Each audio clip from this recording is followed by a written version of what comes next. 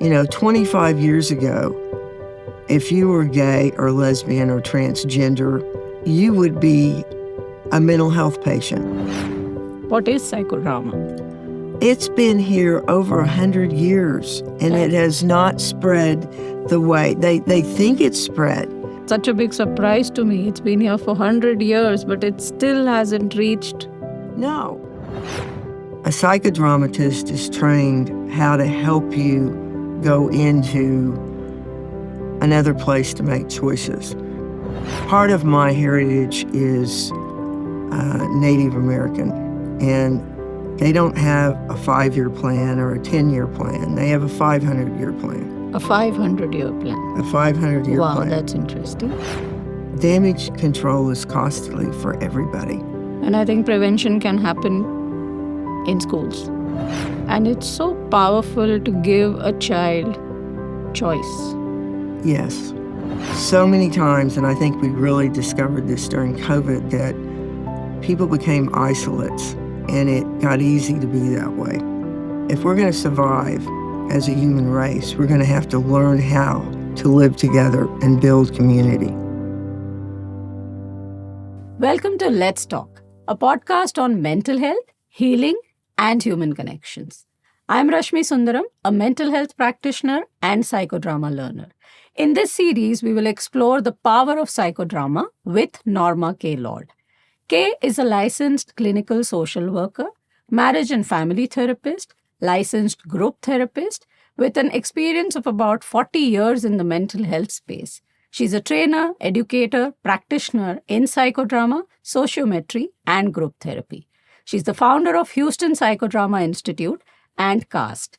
And now she wants to channel her passion and energies in India with HOPE, House of Psychodrama Education. HOPE's vision is to make psychodrama accessible and affordable to everyone. In today's episode, let's talk about what is psychodrama. Drama? Theater? No. It's about rediscovering parts of yourself you didn't even know existed. After today's episode, something within you will definitely shift.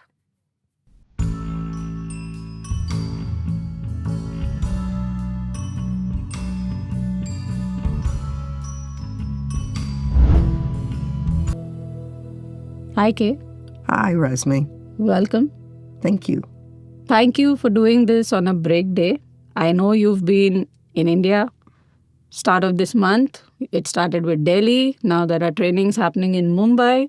And thank you for giving me this break day and for us to sit and talk about our most favorite topic, psychodrama.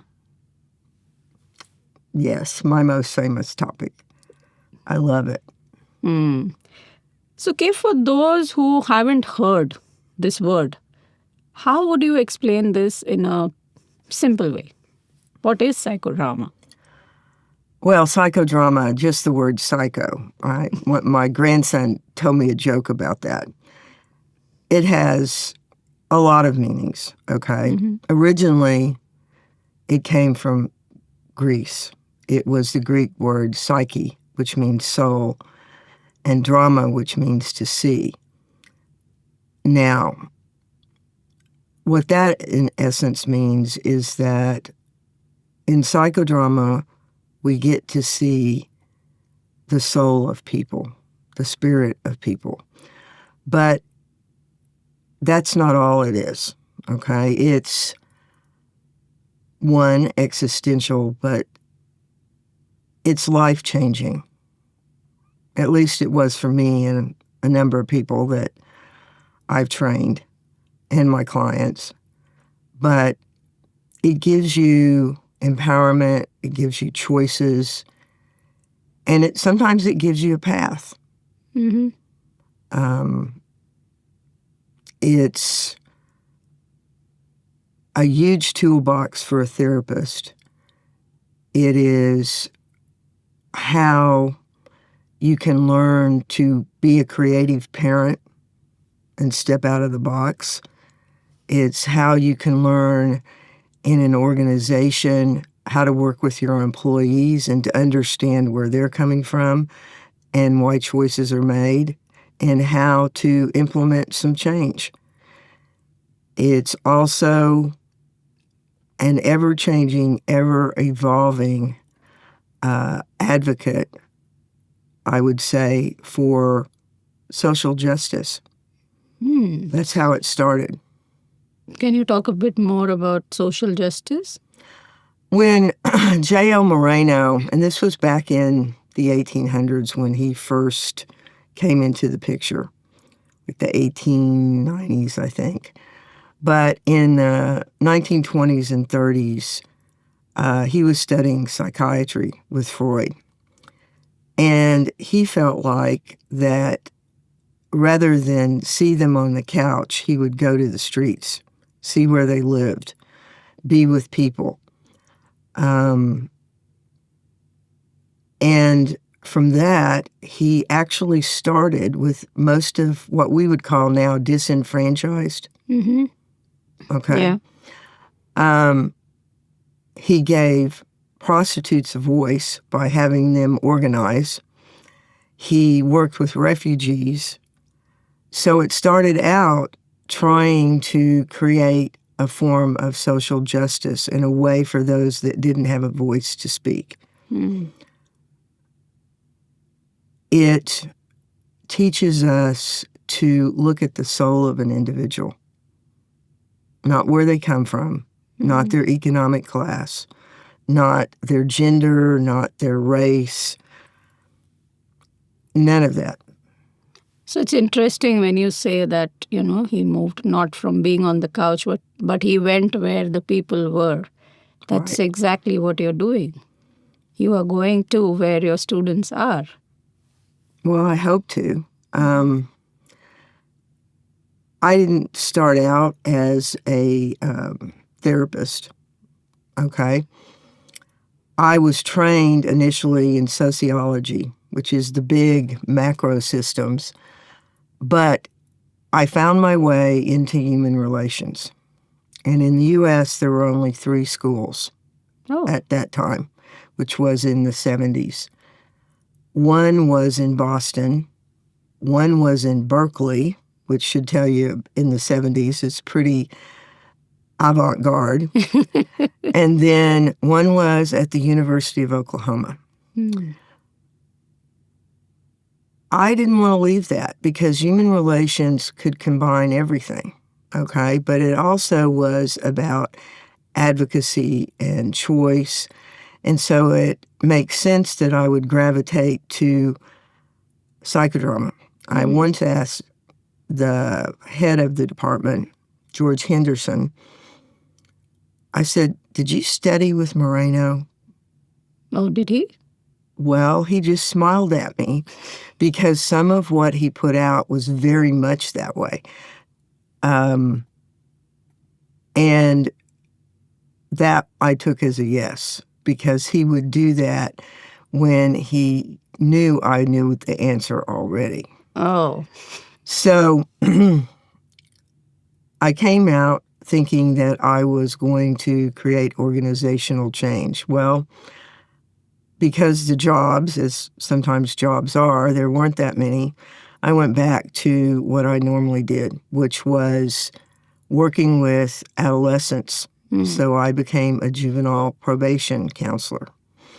And it was way before in the States they had their own juvenile system. So we were in the process of making it that way. But I didn't find psychodrama till several years later. For me, it encapsulates everything I've ever studied.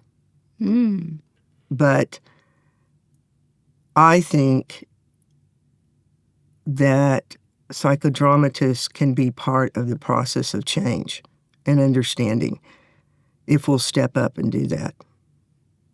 So, I kind of choose to follow what George Henderson said, that I'm a social change agent.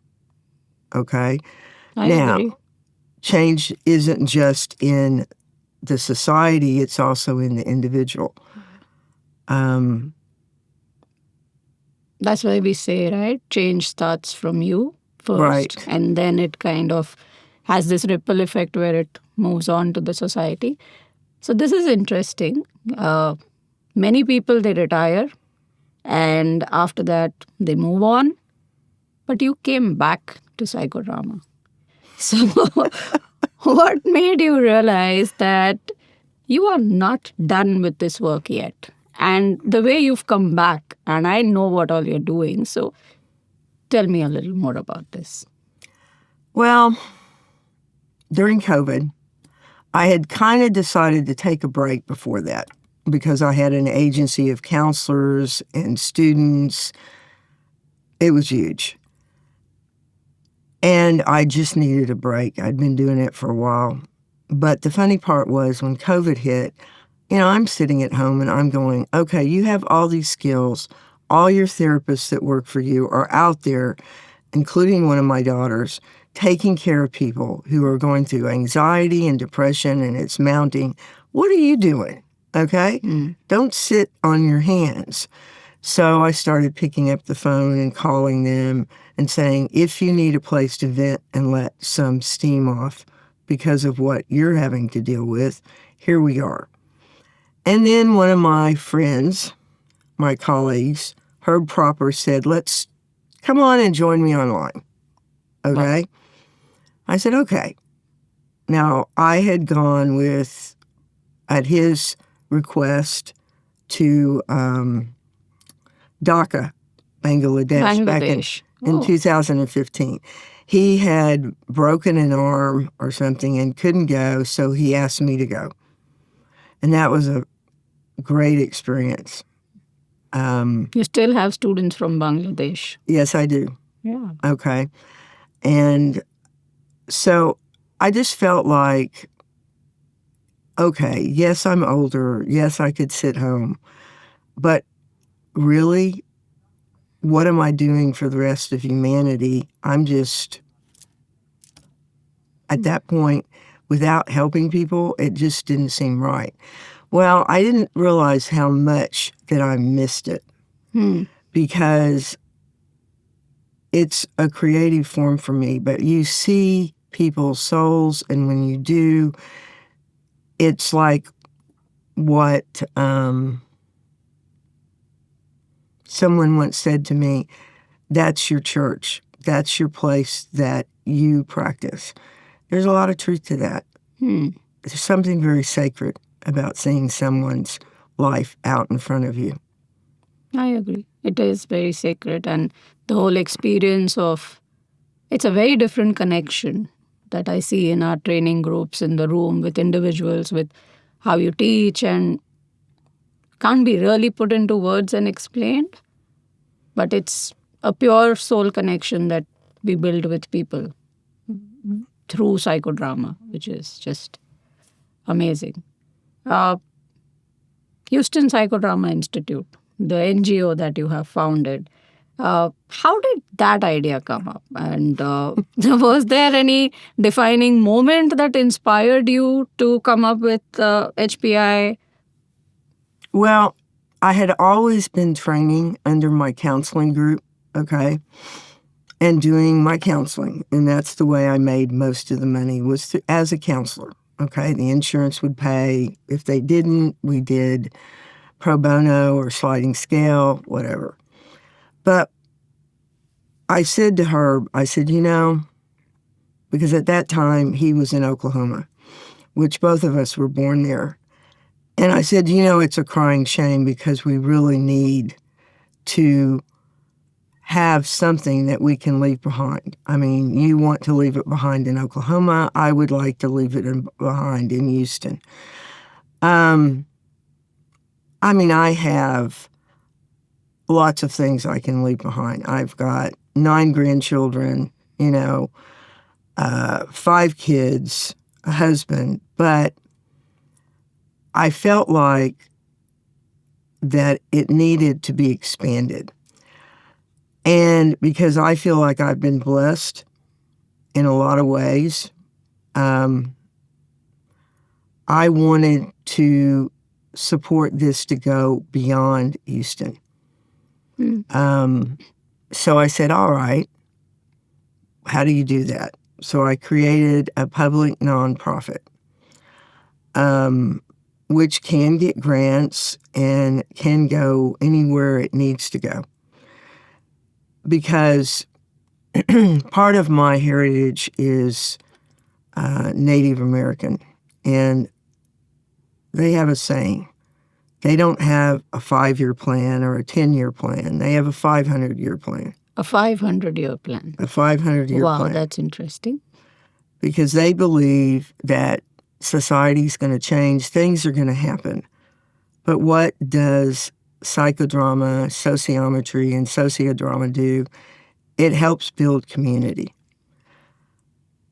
So many times, and I think we really discovered this during COVID, that people became isolates, and it got easy to be that way. Well, if we're going to survive as a human race, we're going to have to learn how to live together and build community. Yeah. Psychodrama has those tools. I don't know many things else that do. And I remember you mentioning this, that, imagine the COVID time when you can't step out, you can't meet people, you don't have your phone with you, and if the electricity goes away, there's no internet, there is no television, so then you have to be with the people around you, which started getting difficult for a lot of people during COVID. It did. And I live in Houston, Texas, and we periodically have hurricanes rolling through. So yes, we know what it means to not have the electricity, not have that. But I think in COVID, it wasn't just having to get along with the people around us. You're sitting with yourself. Which is kind of difficult. Well, we haven't always been taught how to do that, okay? And sometimes when you work with people that are depressed, you tell them to visualize inside, and they tell you there's nothing there. Yeah. So as a therapist, you have to help them build what we would call in psychodrama surplus reality. Pull it from somewhere else and help them, as Moreno said, be able to live again and dream again, not just analyze who they are. So we do talk a lot about surplus reality. Again, this is a term which not many people would understand. So can you simplify Explain what this? surplus reality means? Yes, please. What we see around us is what's here. Surplus reality is pulling from the creative aspect, I guess you would call it. Zirka Moreno, his wife, who outlived him, probably would say it's in the cosmos. Now, spontaneity is coming up with a new, novel, or adequate response to an old situation. When there's been trauma or grief and loss, like during COVID, so many people lost family members. You get stuck in what we call a frozen loop of experience, and you can't get out of it. A psychodramatist is trained how to help you go into another place to make choices. They need to be spontaneous. They need to be creative. They walk with you. They don't make the decisions for you.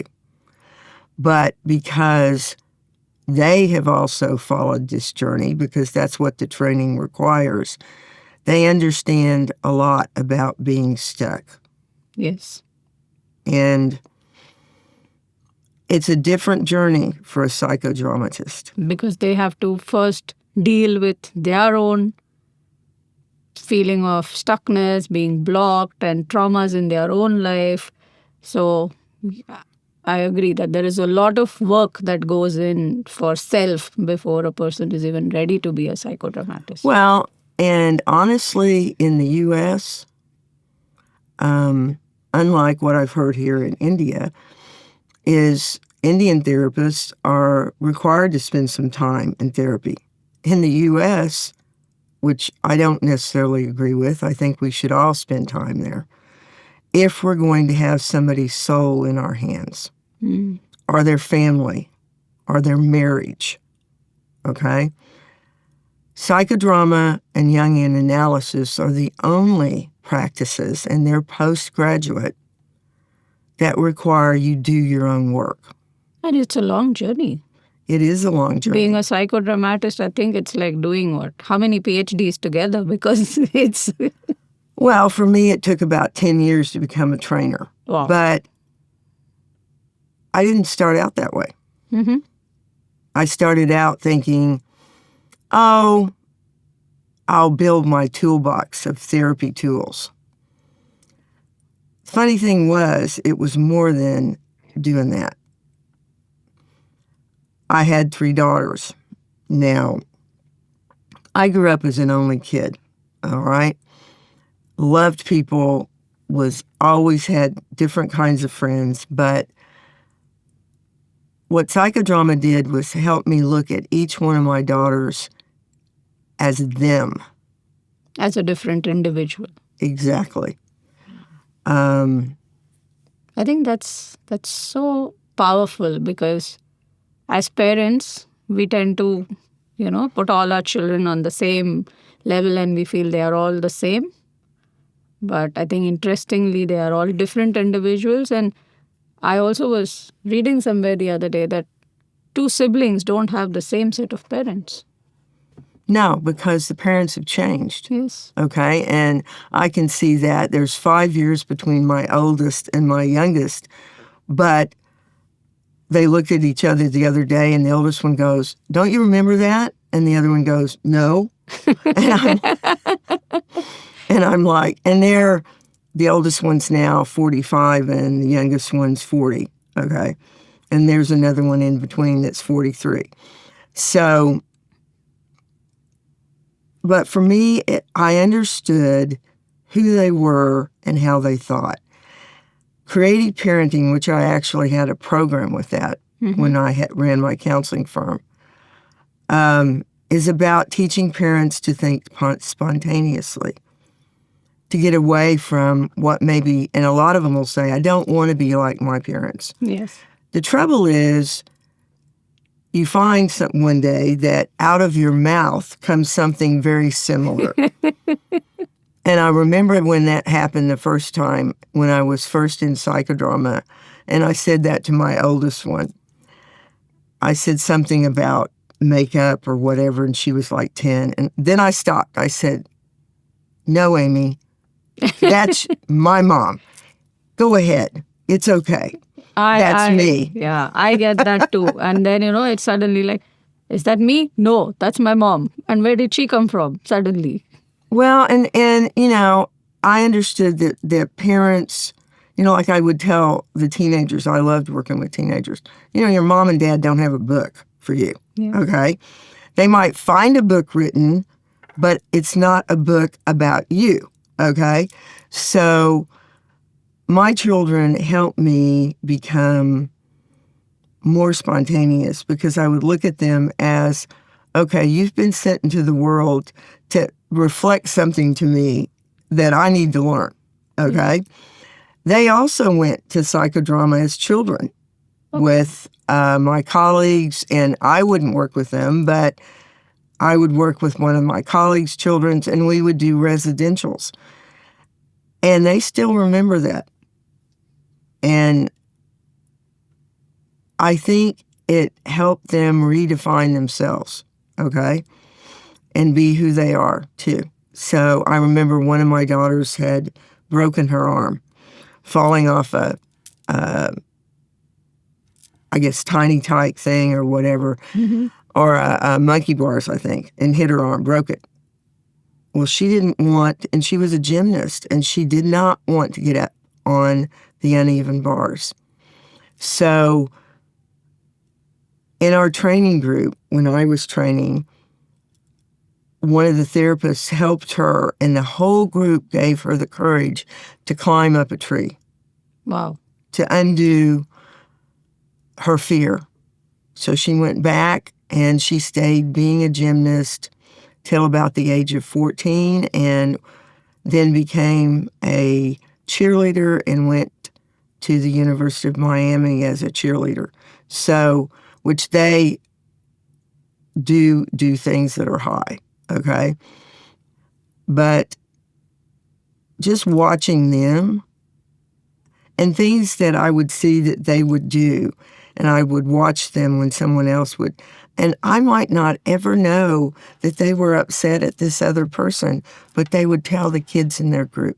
And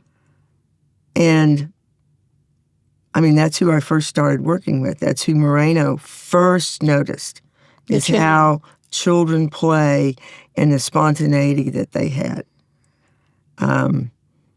His first drama was at 4 climbing up on a set of chairs. And he had a fall. And he became the fallen god, okay? And broke his arm. Exactly.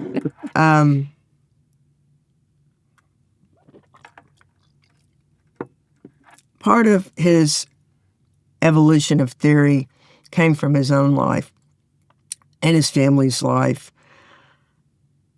But for me, it made me, I will honestly say, it made me a better mother.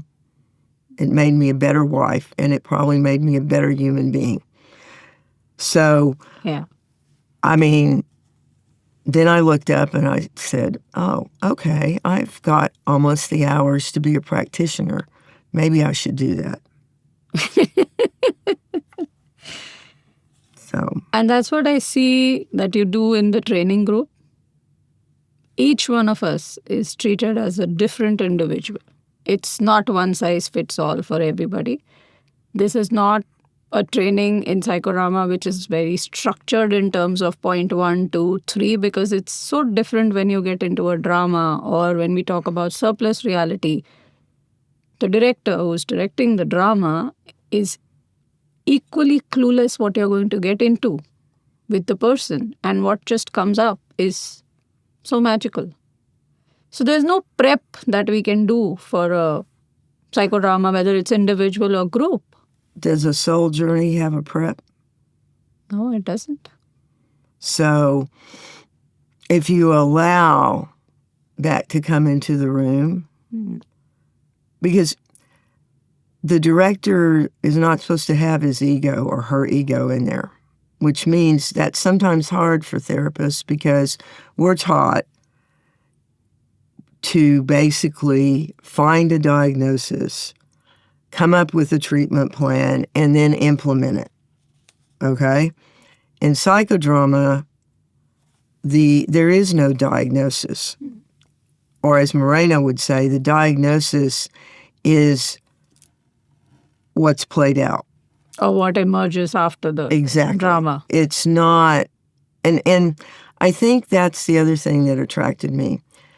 When I was a rehab counselor before I made this other journey, I worked with the most severely disabled caseload in Houston. I didn't get the smart, genius quadriplegics. I got the ones that had been the football player and all of a sudden he's injured and now he's a quadriplegic. But what he wanted was to have some kind of purpose. So I would have to find something he could do to augment and supplement whatever he was receiving from the government or whatever, because he needed to have something in his life. And it taught me that if you want it bad enough, and if your soul wants it, then why should I stand in somebody's way? In fact, my job was to help them find their path. So it built hope. Yes. And psychodrama builds hope and empowerment. It's a place you don't want to leave. I agree. It's a place you don't want to leave. And having said that, in whatever experience I've had, yes, I think when you enter a therapy room or a group where you need that support, the first gift that psychodrama gives you is hope. There is hope that you will heal. There is hope you can be off medications. There is hope to let go of the diagnosis tag that has been given. Like I had been given a tag of being bipolar, and I could drop that and move forward in life. So it does not hold you in all of this. And I think that's the best gift, like you said, psychodrama gives. Well, and in the U.S., it's whatever the popular diagnosis is that covers. I know the psychiatrists aren't going to want to hear me say this, but the truth is, when I entered the field, I had all these ideas of, oh, this is the warm and fuzzy field, and I'd come from criminal justice, and, that it wasn't quite as warm and fuzzy. But what I found is diagnoses, the DSM is number one, culturally based. It is normed by what's in and what's out. 25 years ago, if you were gay or lesbian or transgender,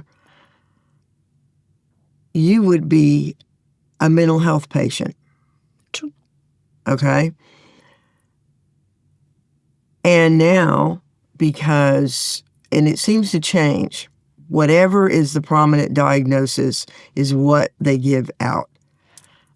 I've seen several kids that have been given the diagnosis of autistic. Are they anxious or are they autistic?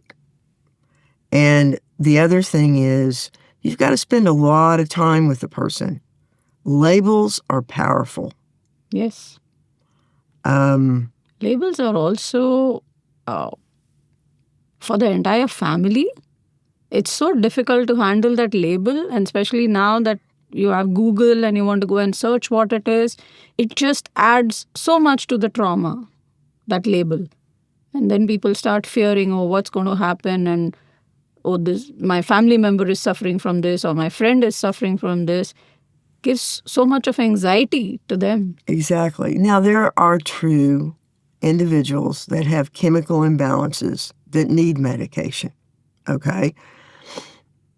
But even then, Moreno worked with schizophrenics. Yes.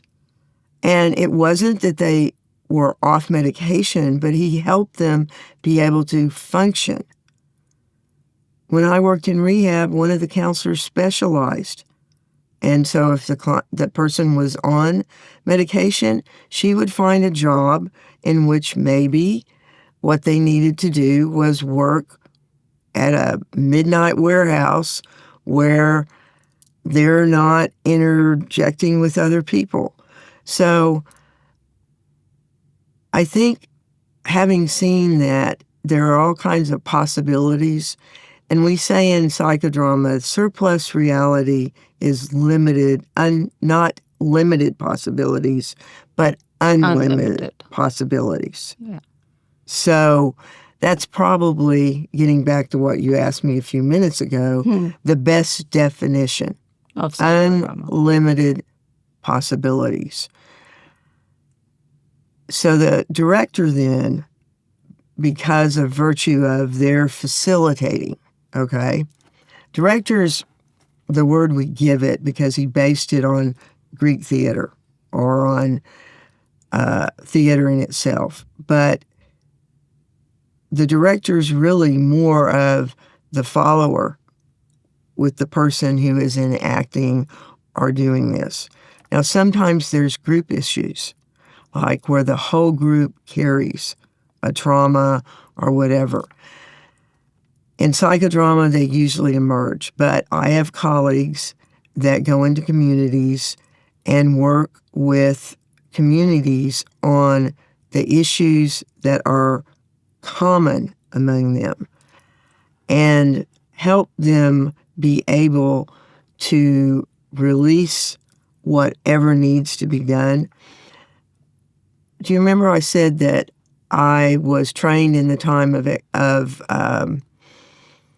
where the 70s, where everything was different? Well, back then they had a surge of existential therapy out in California. And one of the guys that was in charge of that was a man by the name of Arnold Mindell. He still has an organization in the U.S., but what he taught, which is exactly how you have to deal with the community, is you have to listen first. You have to listen to the pain. You have to listen to the rage. You have to listen to all of that. Because there's no way I, as a psychodramatist, in fact, I tell you, I don't know you as in terms of what you've been through, where you grew up, your culture. But you're going to show me. You're going to show me who you are, and I'm going to follow that. So you teach me. And unlike another form of therapy where I am the one that tells you, or I am the one that decides, knows it, okay? It allows me to help facilitate that for you. So that's why we have to have a journey of letting go of a lot of our own stuff, or otherwise it comes right in the room. Yes. And the same way working with the community, because he said he had to listen back in the riots in LA. He had to sit and listen. And yes, it brings stuff up with you as a person, which then you need to process. So there's a constant interplay of me as a trainer and my students showing me things that I need to look at. So it's a journey we are in together. Right. And we are learning with each other all the time. All the time. And I think this is one place with psychodrama, self-work does not stop. No, not as far as I'm concerned. I can't say that about everybody or every trainer, but I think that's part of what I like about it, because I've always been a learner and an explorer. So it's not an unnatural thing. But if you want to handle somebody's soul, their innermost being, then I believe you need to be willing to step into that. With no judgment. Right. And if you find, now here's the thing. George Henderson used to say to me, everybody has a bias, when we were in human relations. Now, mind you, this is in the 60s and the beginning of the 70s. So for him to be the only black professor at the University of Oklahoma, he knew what he was talking about. And it's not just about race. It can be about weight. It can be about whether you're on medication or not, that judgment. Whether you have an addiction or not. It can be a lot of things. Sometimes it's also the judgment about what somebody is saying, like, my truth is my truth. Right. Maybe it doesn't fit with you, but that's how I feel. Well, and when we come in, we all promise as best we can, okay, to follow certain principles of not judging. However, it does happen. So the question is whether when that person is met with a bias, what do they do with it? Okay? Do they own it, look at it, and or not? Now, if you're a clinician in training, I'm going to say you need to really look at this, because I had one ask me, and she was a very fundamentalist religion, and she goes in the U.S., and she goes, well, I said to her, okay, could you work with somebody that was the direct opposite? Well, I don't know. And I said, well, you might want to think about that, because that person might enter your practice, and if you're judging, then what are you doing?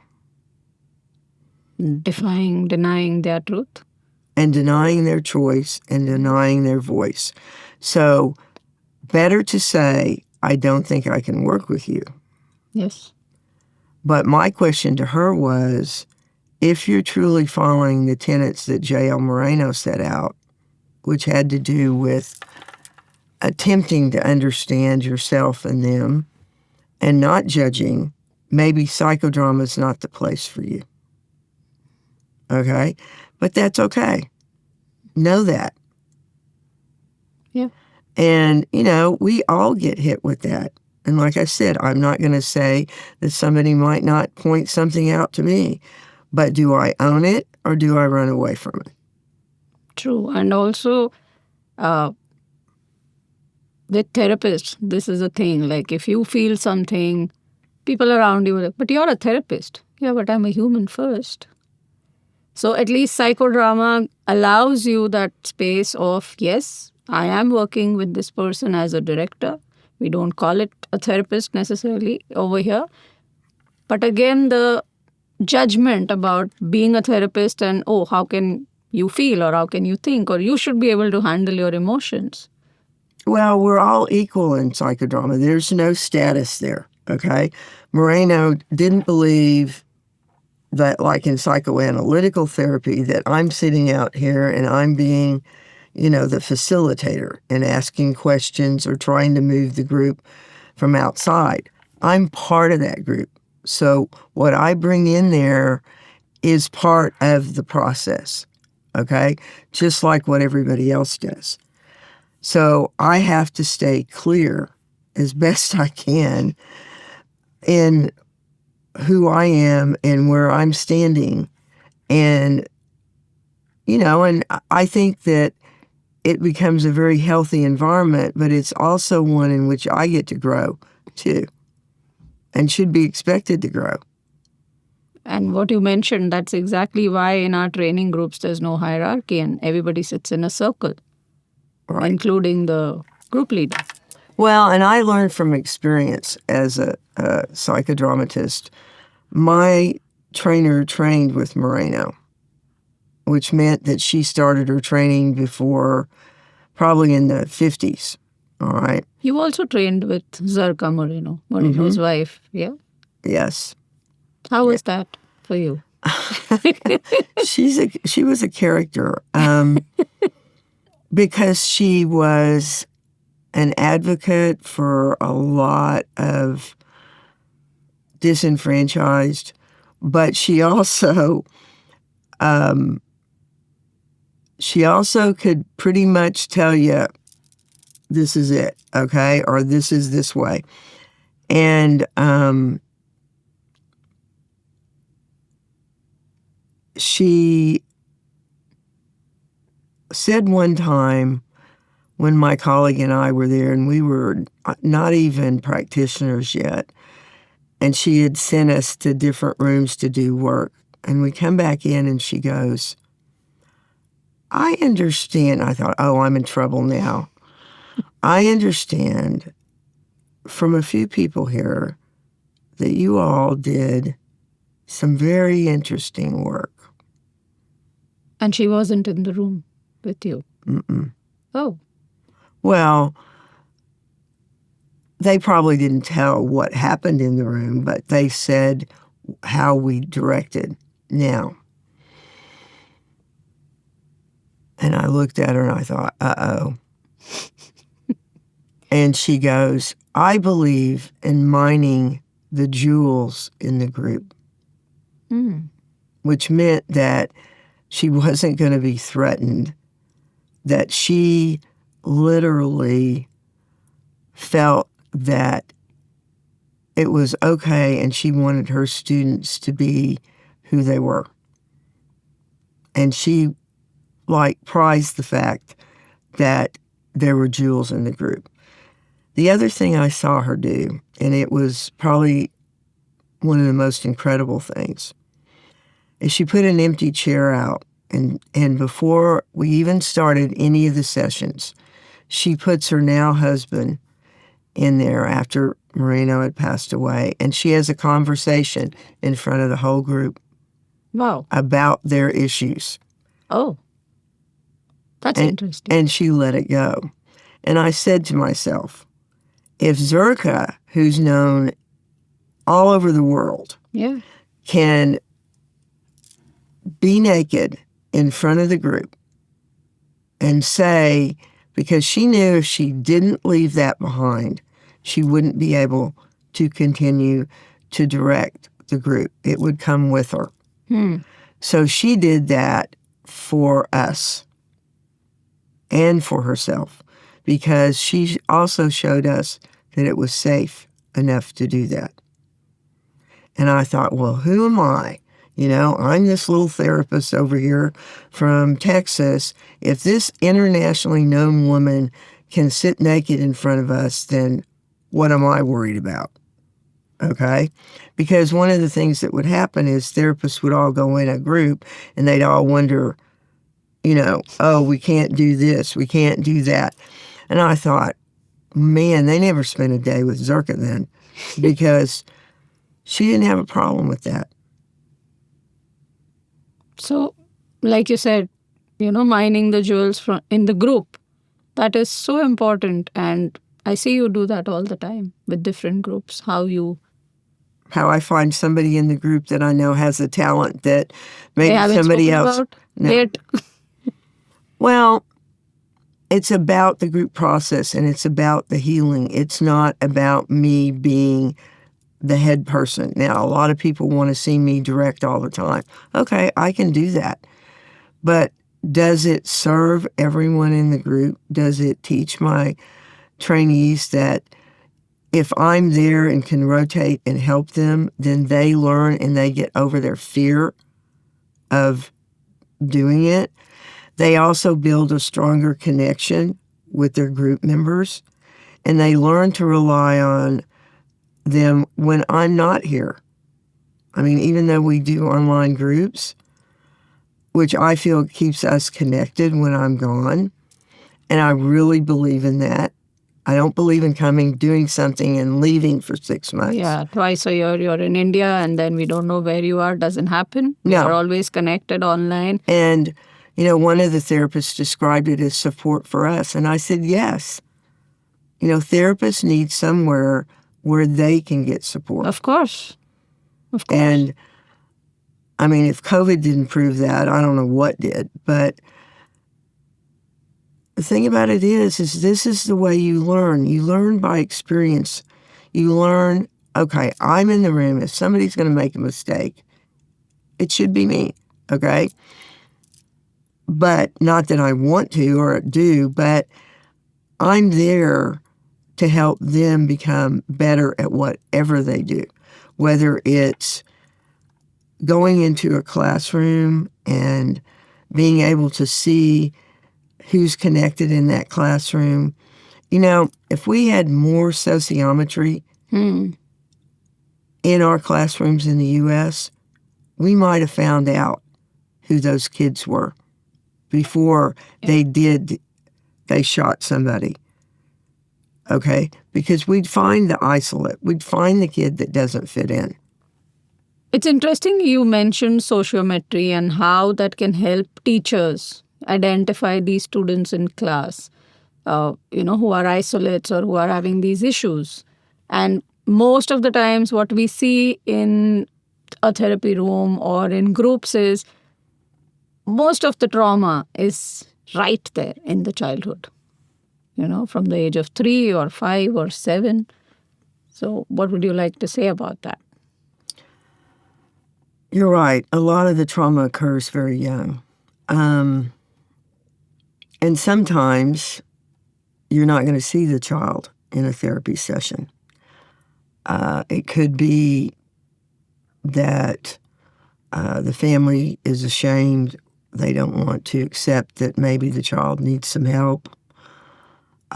They feel like it's a reflection on them. But the teachers see them many, many hours a week. But a lot of times they have a lot of kids in the classroom.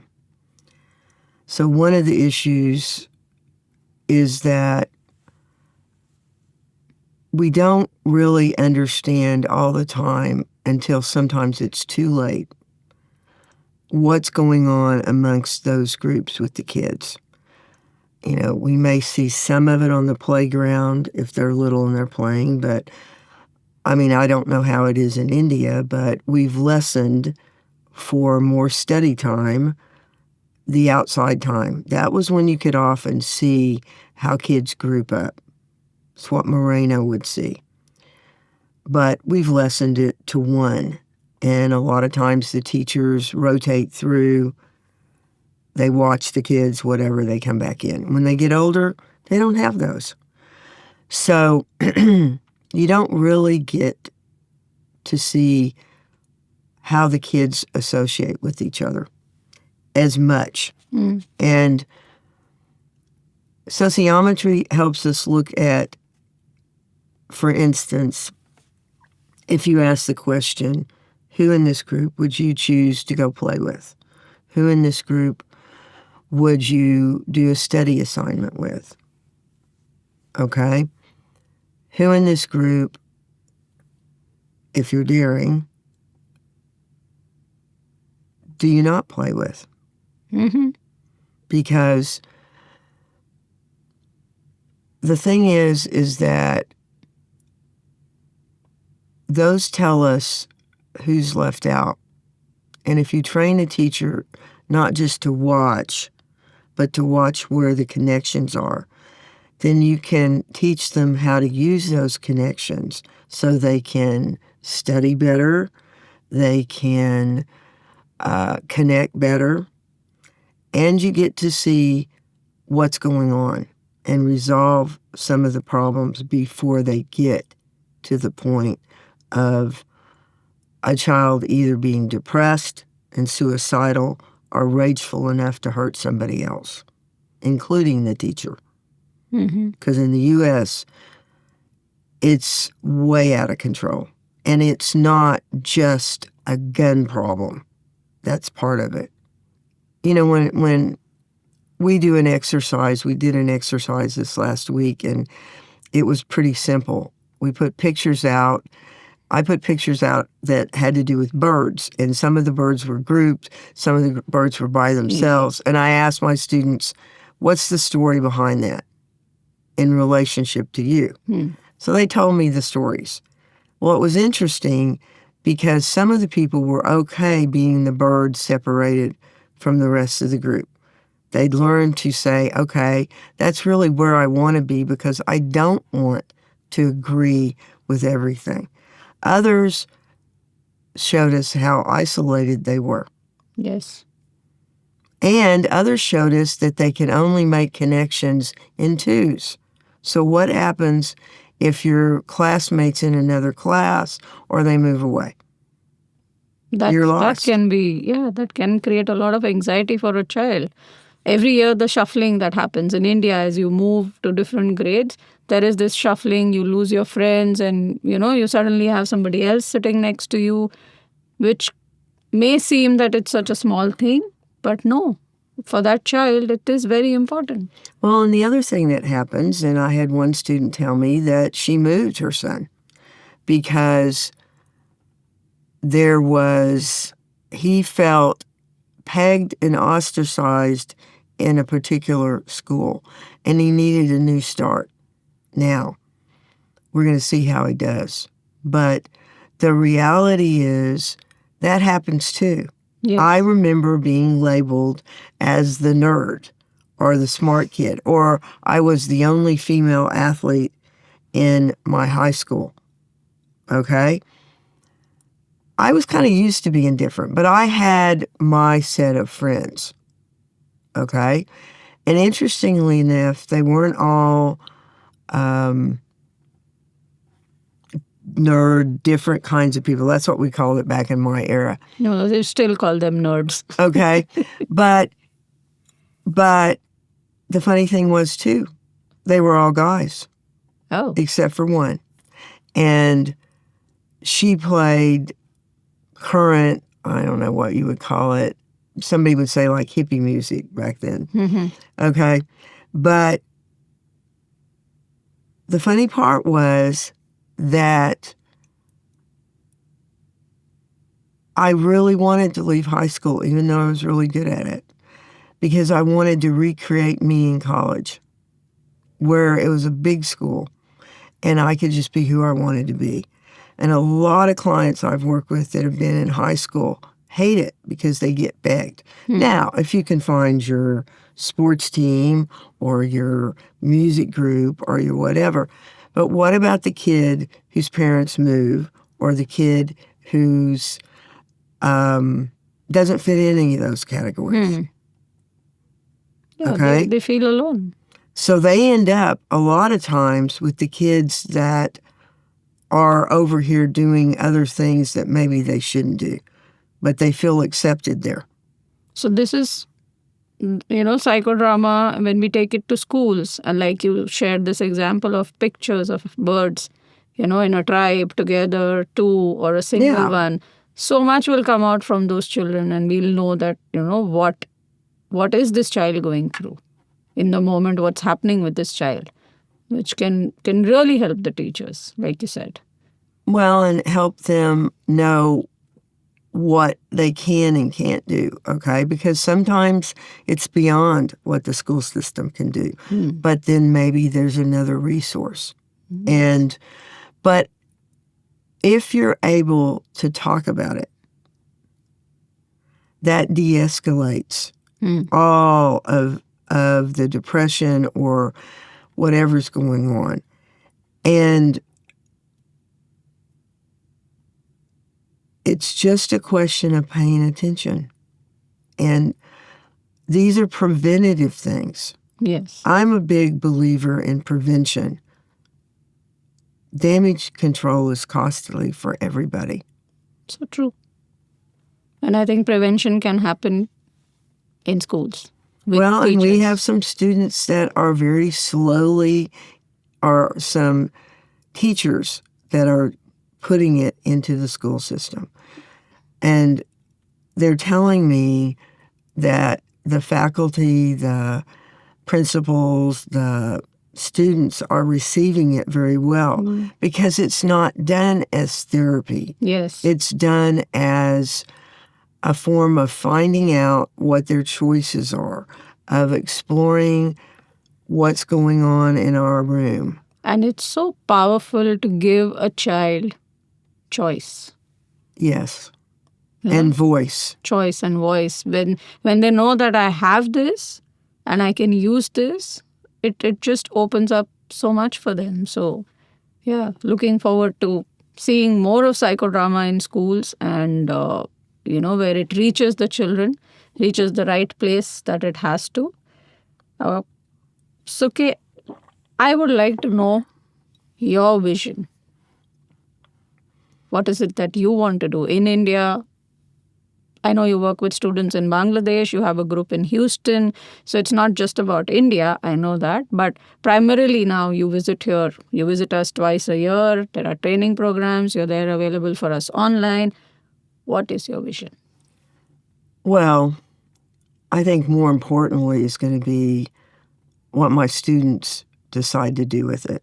Because I would say I am the impetus. I am a container that can hold the knowledge and wants to disperse it as widely as possible.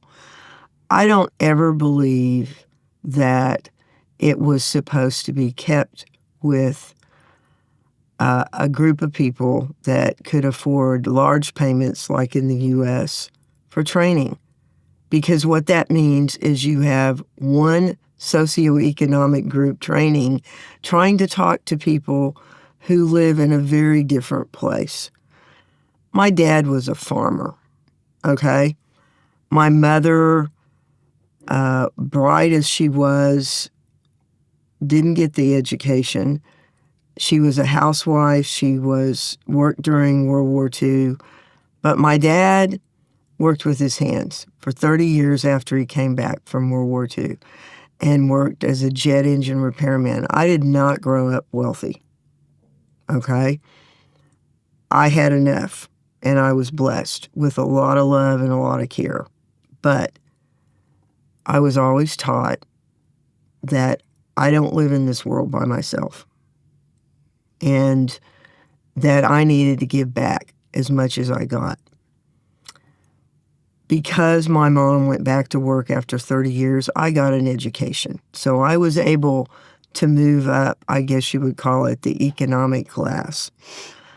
I married someone who got into the oil at the time when it was very lucrative, and he did well. All right. I don't know if that's what he would have wanted to do. I think part of him wanted to be an artist because he was really good at it. But because of that, I was able to experience a lot of things. I was able to go back to school, get my MSW, but also because I worked at the same time and paid for a lot of that. So I didn't really grow up having it, okay? You could say my daughters did, but both of us taught them to appreciate what they have, but to give back. And if you met them, and a lot of people have said to me, I never knew that they grew up with this because they were taught not to be like that. My oldest daughter in the U.S. would not be able to afford what I paid for training. She was a single mom. She's a therapist. And I know in India that therapists don't make a lot of money either, okay?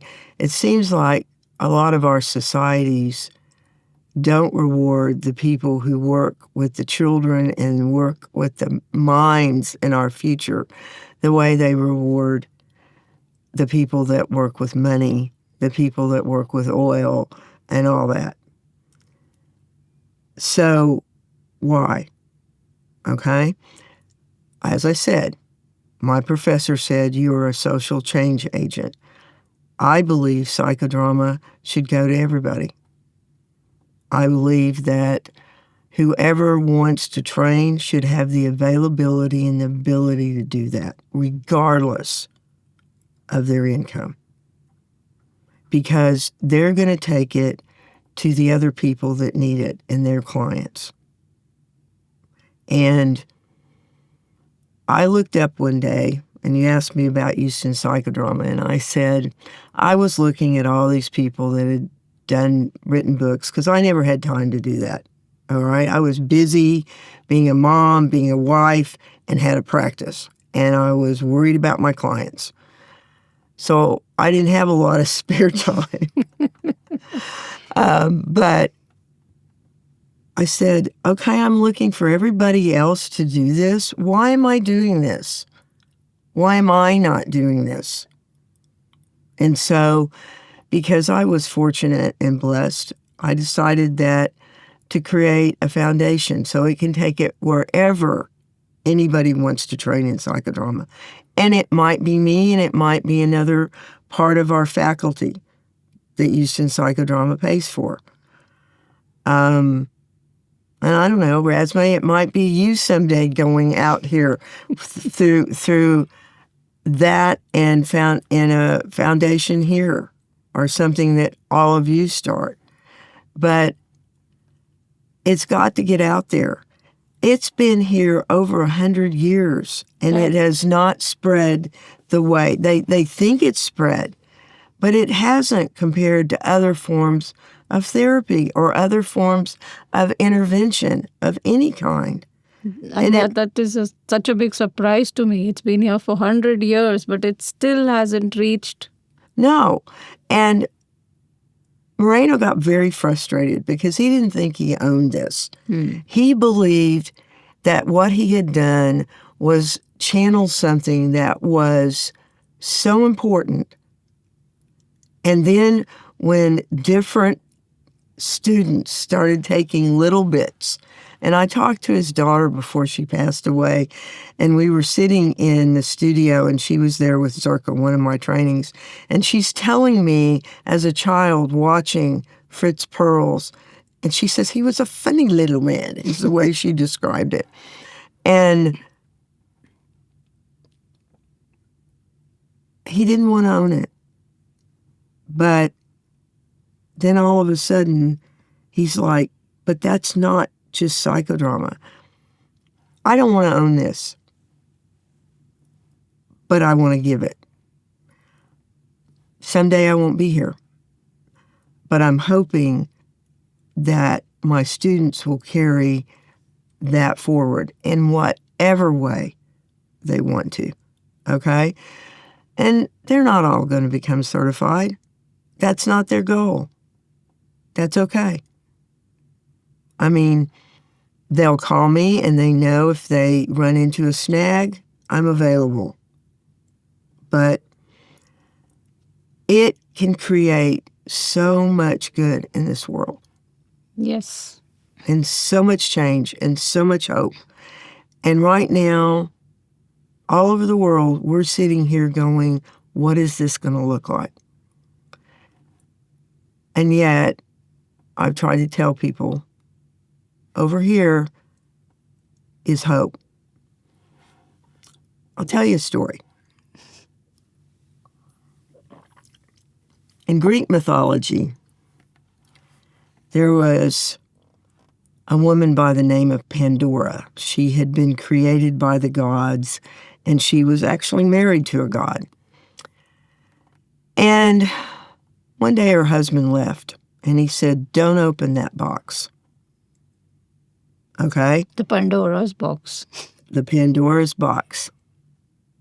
Well, being curious and being probably more of a child than a woman, she goes, well, I don't know why I can't open this box. So she goes and she opens it. And all the ills of the world, all the pain, all the suffering came out. And she slammed it down. And this little voice in there goes, open me up. Well, she wasn't going to do it because she was already going to be in trouble. But finally, she did. And inside was this bright light called hope, because it was at the bottom of the box. And in psychodrama, sometimes you have to go to the bottom of the box to find your hope. Yes. And when you do, everything changes. So I want to offer them hope at the bottom of whatever this box is that we live in. Thank you, Kay, for this great conversation and for taking time out to walk us through this world of psychodrama, surplus reality, and telling us about the Houston Psychodrama Institute, your vision, and beautifully coming to the core, and that is hope. Thank you so much. Thank you. I